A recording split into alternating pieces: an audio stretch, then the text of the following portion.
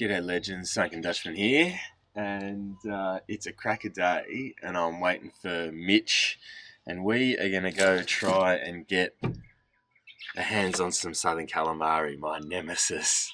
I had a day about 3 years ago with a mate of mine, Svenny, where we bagged out and got like 10 each, and like half of them were like above 40, the hoods, and I have not had a day like that since. Yeah, the best I've done. I come across the odd squid here and there, like 15, 20 centimetre hood, but I haven't gotten onto a big donkey in a long while. So, yeah, I've been out plenty of times targeting them, but I don't know. The days have not been mine. So, fingers crossed, we get onto some good squid, but we'll see what's out there. Good to get in the water, good to have a swim anyway. But yeah, we'll see you out there. Hopefully I got some good footage for you. Cheers. All right, getting ready. Mitch? Dutchy, how are you? I'm good, mate. And we're pumped. How exciting is this? I just want to get in the water. So do I. We'll see you out there. Mitch and I were both pumped to get in. So much so that Mitch managed to put his wetsuit pants on backwards, which was definitely a highlight of the day for me.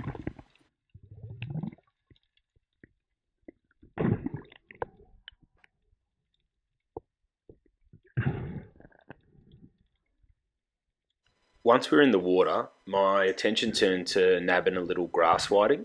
Something I do often if I'm shore diving for calamari is I chuck a grass whiting on a squid jig and connect that to my float. I'm basically hedging my bets. If a squid comes up and nabs it, then I know they're around.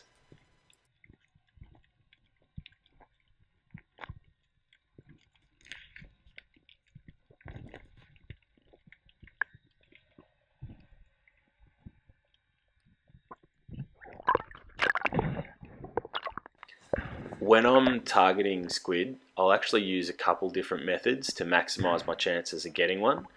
As you've seen here, I use this whiting to try and bait them in, but that generally just tells me that they're in the area. You won't shoot a whole bunch by just having a whiting dangling on your float. Another method that I use is a throw flasher, so I'll piff that around in front of me and let it sink and hope that it attracts a squid that comes in just for a look.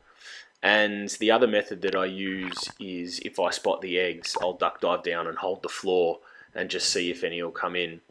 That and basically just swimming around when they're on in the springtime and hopefully stumbling across a school is the main things that I do to get them.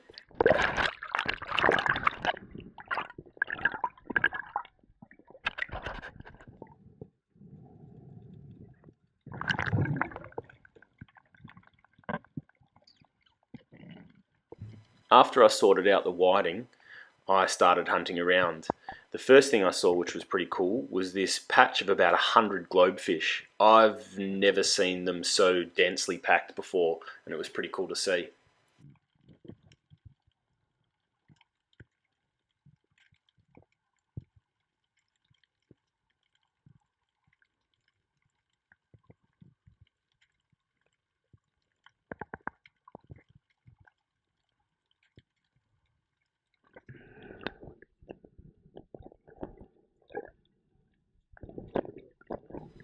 It was also really pleasing to see such a healthy amount of weedy sea dragons. Throughout the dive, and we were out there for 4 hours this day, I would have seen dozens. I always like to have a duck dive down and have a look at them close up. I reckon they're just a magical creature.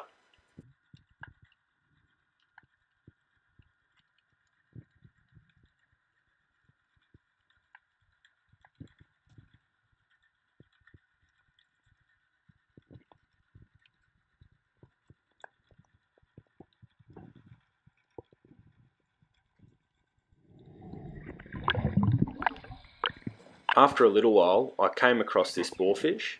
I do like eating boarfish. They have probably the whitest flesh I've come across in any fish, and they're really, really tasty. But this guy was just a little too small, so I let him swim off to get bigger and be dinner for another day.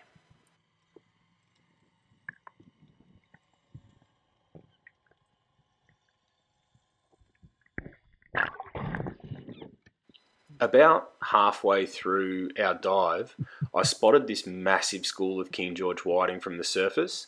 So a quick duck dive down and I hugged the bottom. I've found in the past that whiting respond really well to a bit of sand being tossed up. So I grabbed a handful, threw it into the water and hopefully tried to draw them in.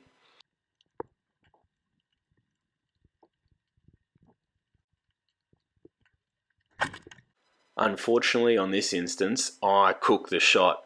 It was just a centimetre too high, and as you can see here when I replay it, just missed the fish and they swam off into the abyss.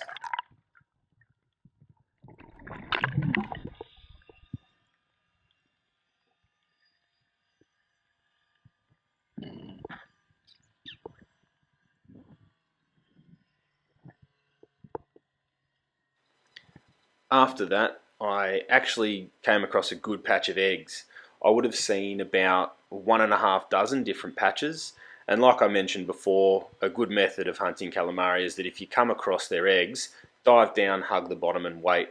If you're lucky and they're around, they'll come in, but on this instance, sadly there was no luck for me.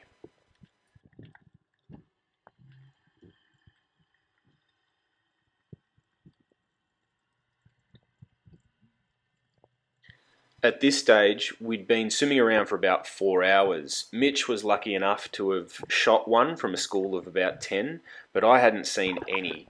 And it was at this stage that we decided to call it and head in. And just to really rub it in, as we're about to get out of the water, we saw this little fella out by himself. But he was on to me and he gave me the slip.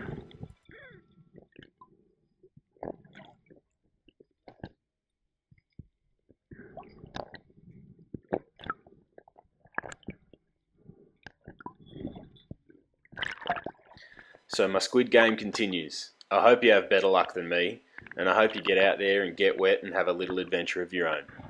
Bloody squid. Jesus.